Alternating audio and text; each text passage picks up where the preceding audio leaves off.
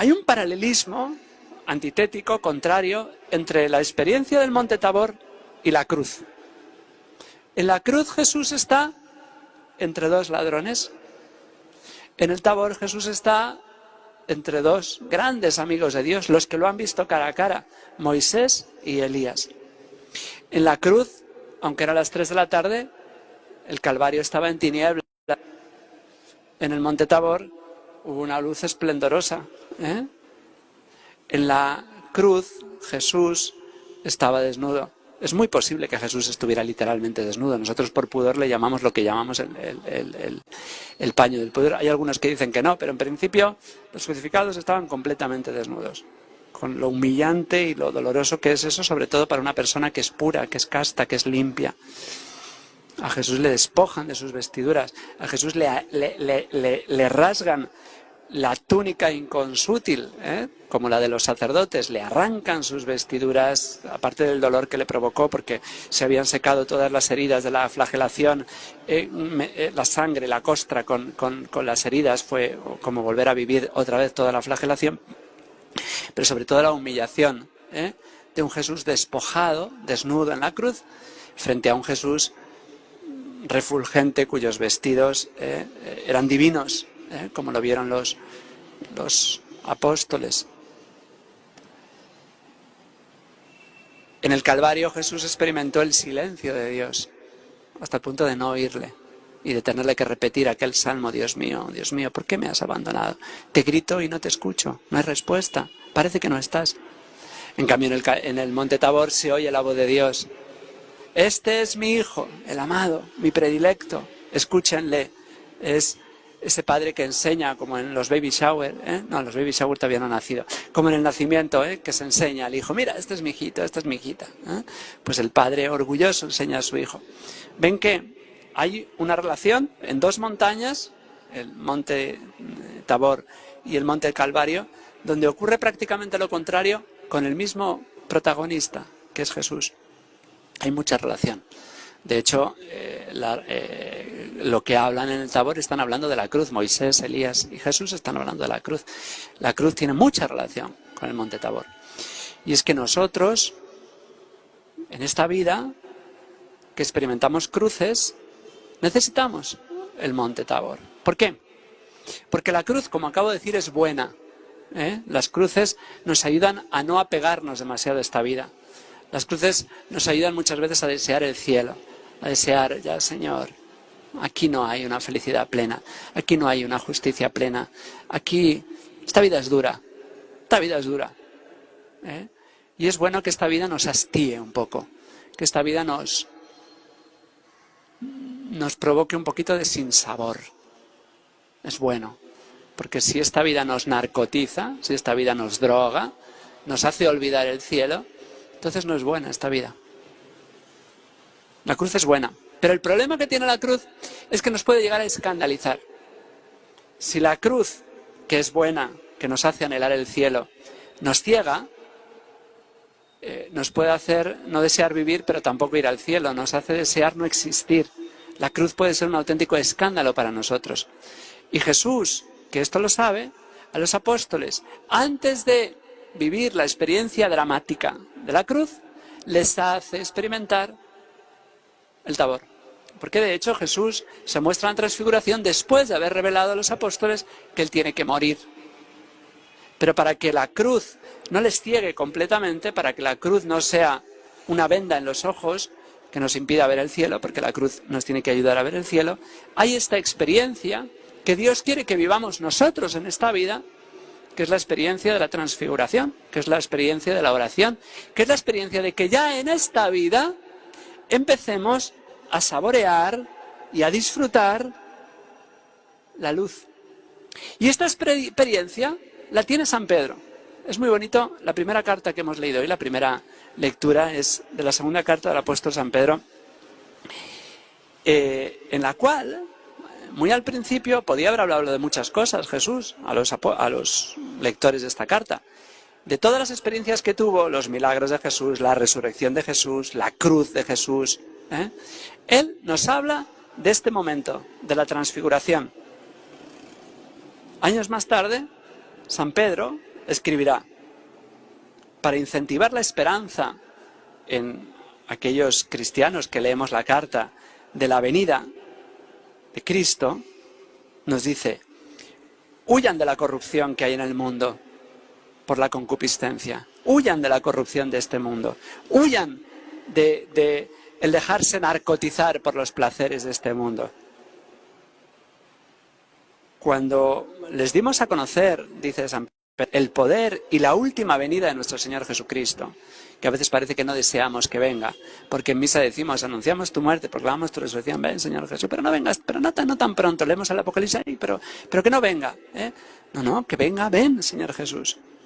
Pues cuando les dimos a conocer que Jesús va a venir, no nos fundábamos en fábulas fantásticas, dice San Pedro, sino que hemos sido testigos oculares, hemos visto su grandeza.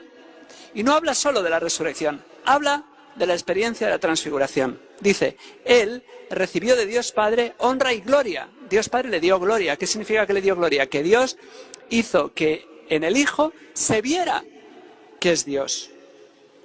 Cuando la sublime gloria le trajo aquella voz, este es mi Hijo amado, mi predilecto, y se escuchó la voz del Padre.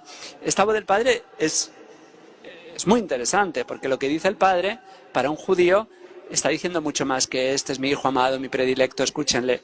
Cuando Jesús dice este es mi Hijo, todo judío se está acordando del rey David y del Salmo 2, porque así empieza el Salmo 2, cuando Dios muestra al rey como su Hijo. Cuando Dios Padre dice este es mi amado, el judío, el israelita piadoso, se está acordando de Isaac, porque usa las mismas palabras, cuando Abraham presenta a su Hijo único. Luego Jesús es el rey David, el nuevo rey David. Jesús es el nuevo Isaac. Cuando el Padre dice este es mi predilecto, un judío piadoso se está acordando del profeta Isaías, del cántico del siervo, aquel que nos va a salvar. Y cuando dice escúchenle desde lo alto de la voz de la montaña, se están acordando de Moisés, como hemos visto estos días en Deuteronomio, porque la experiencia del Tabor también tiene muchos guiños y muchos paralelismos, hemos visto con el Calvario, pero también con otro monte en el Sinaí, precisamente estos días que venimos de saborear, ya hemos terminado el Éxodo 1 y el Éxodo 2, el Éxodo y el libro de los Números, pues vemos que los evangelistas nos hacen un guiño y nos dicen lo que pasó en la transfiguración es lo que le pasó a Moisés en el monte Sinaí. Hasta en algunos detalles como 6 días después y Moisés 6 días después. Moisés, que había subido con 3, con Aarón, con Josué y con Hur, pues Jesús sube con 3, con Pedro, Santiago y Juan. Un judío enseguida, cuando lee el relato de la transfiguración, se está acordando de Moisés. De esa experiencia en la cual Dios hizo un pacto, una alianza, y dio las tablas de la ley. Lo que pasa es que entonces fue con truenos, relámpagos y al pueblo le daba miedo, y ahora lo hace de un modo que uno dice, qué bien se está aquí, hagamos 3 tiendas. Con una gran revelación, porque se parece al Sinaí, pero es mucho más. Moisés, cuando bajó del Sinaí, su rostro resplandecía, como el de Jesús, pero hay una diferencia muy grande. Moisés, su rostro resplandecía como la luna, que no tiene luz propia, reflejaba la luz de Dios, era como un espejo, era como la luna, pero Moisés no era el sol. Jesús resplandece, pero él sí es el sol. Luego Jesús no es un Moisés más, Jesús es el nuevo Moisés, el Moisés por excelencia. El Moisés se queda un sacha Jesús, un disque Jesús, un Jesús de pacotilla, con todo el respeto a Moisés, ¿no? Porque lo que se nos está revelando en el Tabor es la Trinidad, al Padre, al Hijo y al Espíritu Santo. Santo Tomás de Aquino dice, Tota Trinitas apparuit, toda la Trinidad apareció en el Tabor. Pater in voce, en la voz, el Padre. Filius in nomine, en el hombre, el Hijo. Spiritus in nube clara, en la nube clara el Espíritu. La nube, el Espíritu, la voz, el Padre, y aquel hombre, el Hijo. La Trinidad está en aquella montaña. Estamos viendo a Dios. Los apóstoles han visto cara a cara a Dios. Y nosotros necesitamos en esta vida cruces, pero para que nuestras cruces no nos escandalicen, no nos separen de Dios. ¿Cuánta gente por la cruz se ha alejado de Dios? Necesitamos, junto a la experiencia de la cruz, la experiencia de la transfiguración, que solo podemos encontrar en una montaña. Tenemos que hacer el esfuerzo de subir la montaña, con Jesús, como amigos de Jesús, como predilectos, como antaño hicieron Aarón, Hur y Josué, como hicieron Pedro, Santiago y Juan, nosotros muy pegaditos a Jesús, tenemos que subir a esta montaña. Hasta el presbiterio está en alto, y en esta montaña, en este altar, y no lo digo yo, lo dice la carta a los Hebreos. La carta a los Hebreos tiene un texto que es impresionante.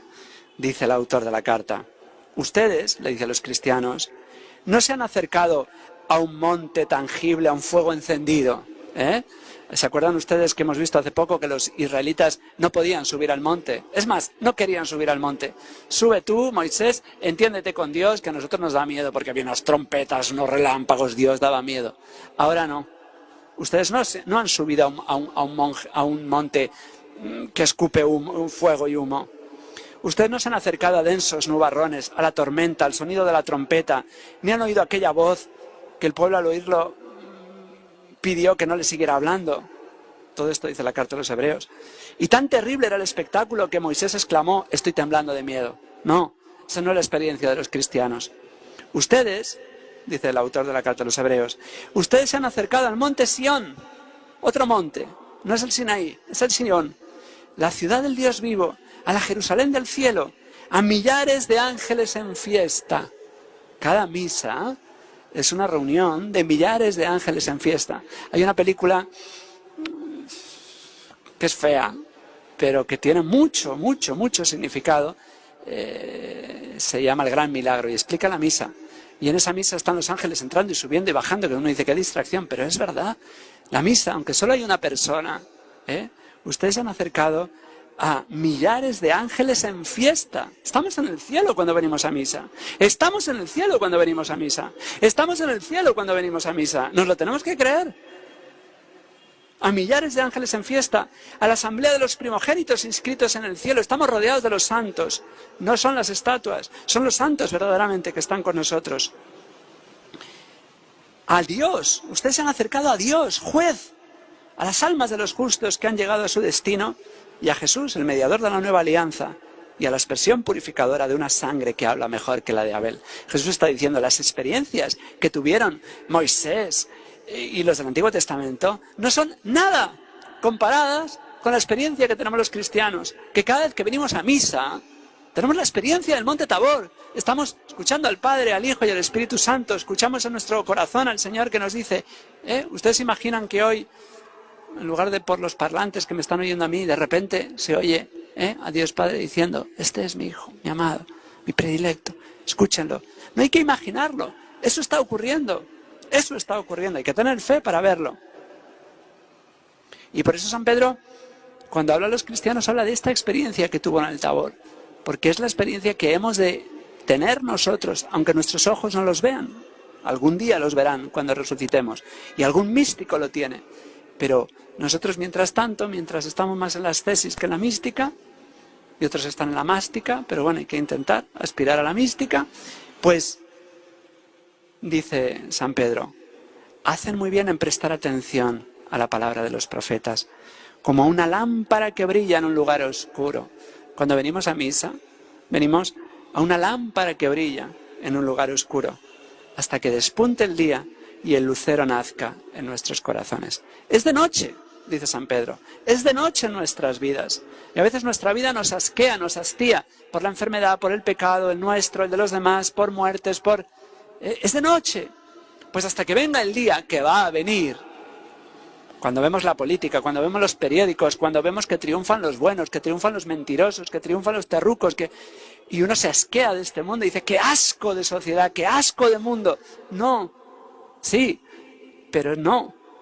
Estamos en una noche y venimos a misa y nos acercamos a una lámpara que brilla en un lugar oscuro. Qué consuelo cuando una noche está cerrada, cuando uno está perdido en un bosque y de repente ve una luz. Vamos a la luz, ahí hay una casa, ahí hay un hogar.